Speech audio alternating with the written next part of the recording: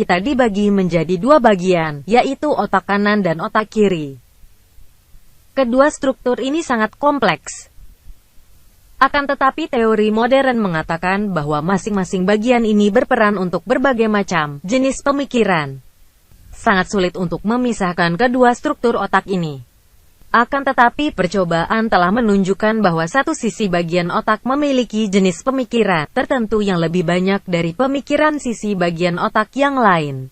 Hal juga menunjukkan bahwa masing-masing dari kita lebih menyukai satu mode pemikiran daripada yang lain.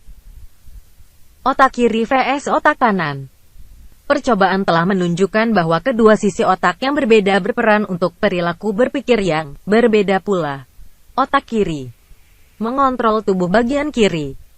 Keterampilan angka-angka, matematika, keterampilan ilmiah, menganalisa, objektivitas, menulis, berbicara, logika, pertimbangan. Otak kanan mengontrol tubuh bagian kanan.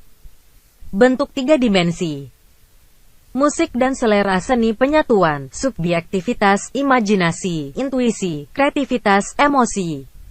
Menurut teori ini, otak kanan bertanggung jawab secara acak, intuitif, holistik, menyatukan dan pemikiran subjektif. Sementara otak kiri berperan untuk berpikir logika, sekuensial, rasional, analitis, dan objektif. Kebanyakan individu memiliki preferensi berbeda dalam menggunakan salah satu gaya berpikir ini.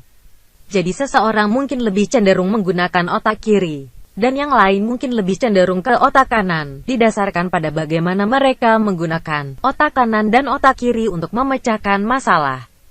Menggunakan otak kanan. Orang yang lebih dominan menggunakan otak kanan cenderung menggunakan kreativitas untuk memecahkan suatu masalah. Mereka lebih banyak mengandalkan intuisi dan lebih cepat menangkap gambaran keseluruhan situasi. Pada intinya, orang yang banyak menggunakan otak kanan tidak detail-oriented. Menggunakan otak kiri. Orang yang lebih dominan menggunakan otak kiri lebih memilih alasan untuk segala sesuatu yang lain. Mereka menggunakan logika rasional untuk mengidentifikasi penyebab masalah, dan kemudian berpikir tentang bagaimana cara mengatasinya. Pada intinya, orang yang berpikir menggunakan otak kiri adalah detail-oriented. Identifikasi. Perbedaan antara fungsi otak kanan dan otak kiri pertama kali dibuat sebagai upaya awal untuk mengidentifikasi penyebab masalah berbicara. Hasil otopsi dari pasien yang mengalami gangguan berbicara yang parah menunjukkan adanya tumor besar di sisi otak kiri. Tumor ini menyebabkan pasien kehilangan kemampuan berpikir secara logis, meskipun tetap memiliki kemampuan untuk berbicara.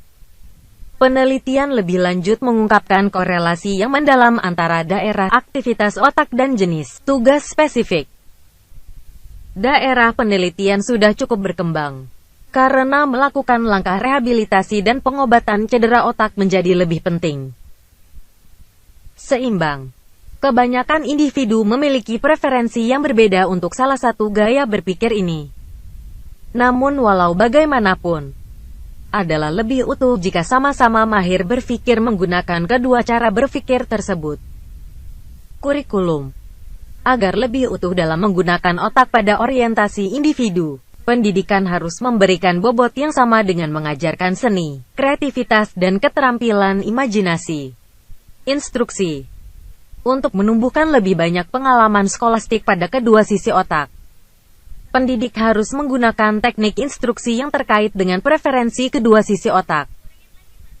Kelas di sekolah bisa meningkatkan kegiatan belajar otak kanan dengan mengikutkan lebih banyak pola, metafora, analogi, bermain peran, visual dan gerakan membaca, perhitungan, dan kegiatan analitis. Penilaian. Untuk evaluasi yang lebih akurat, pendidik harus mengembangkan bentuk-bentuk penilaian baru yang mengembangkan bakat dan keterampilan dengan menggunakan otak kanan.